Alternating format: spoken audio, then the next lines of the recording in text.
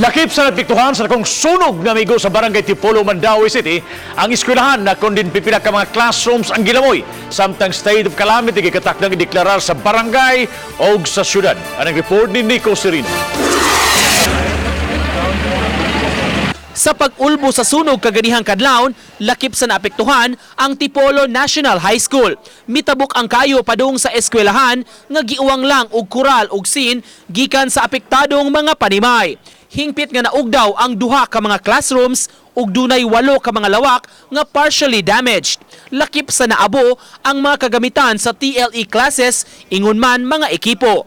Estimate lang sir sa mga gamit, around yun mga 100 to 200,000. Gamit pa na. Sa gamit lang na. Sa property, di ko ka-estimate kung money maguba, pilay worth ana niya. Di ko sa building alone. Walay klase karon ug ugma sa maong eskwelahan ug hayan mo balik ang klase karon pa nga Lunes. Nangita pagpamaagi ang tagduma aron maakomodar ang tanan nga mga klasihan sa nahabilin nga mga rooms. Is mo sacrifice gid ang mga bata nga amo yung i-fuse. Instead of having 5 sections in grade 10, itulo na ng mga section tapos as well as the other section as well as the other grade levels i-fuse na magsiot yun. Mipatawag kaganiha og disaster meeting si outgoing Vice Mayor ug Acting Mayor Carlo Fortuna. Mitambong ang mga department heads, lakip na ang mga representante sa incoming administration. Nasabutan nga himuon nga evacuation center ang grounds sa Cebu International Convention Center. Kay maura man lugar nato nga masulod tanan.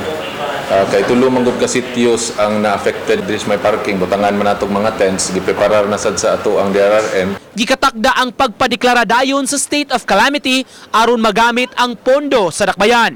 We need to access the funds, no? And the disaster management council, the team needs to utilize also those funds. And my concern also, if you wait for the next administration, they will have to reorganize the council pa. No, mag-set up pa sila sa committees, etc. Sutaon pa sa mga opisyales sa barangay o sa syudad kung posible ba nga makapahigayon og reblocking dinhi sa dapit na sunugan labi na kay dakong parte man nining apektado nga mga sityo ang yuta privately owned. Ang among plano, medyo reblocking. It depends sa the owner. Sugot pa ba silang papuyo? Kaibaw ka, ila man ng decision. Nag-abang sila? Ang uban o mag-abang. Temporaryo nga mipahimutang lang daplin sa kalsada ang kadaghanan sa mga nasunugan. Ang usa ka pribado nga eskwelahan sab sa lugar mibukas sa ilang grounds aron dunay temporaryong kapasilungan. Uban ni Godfrey Relien, Nico Sereno, Balitang Bisdak.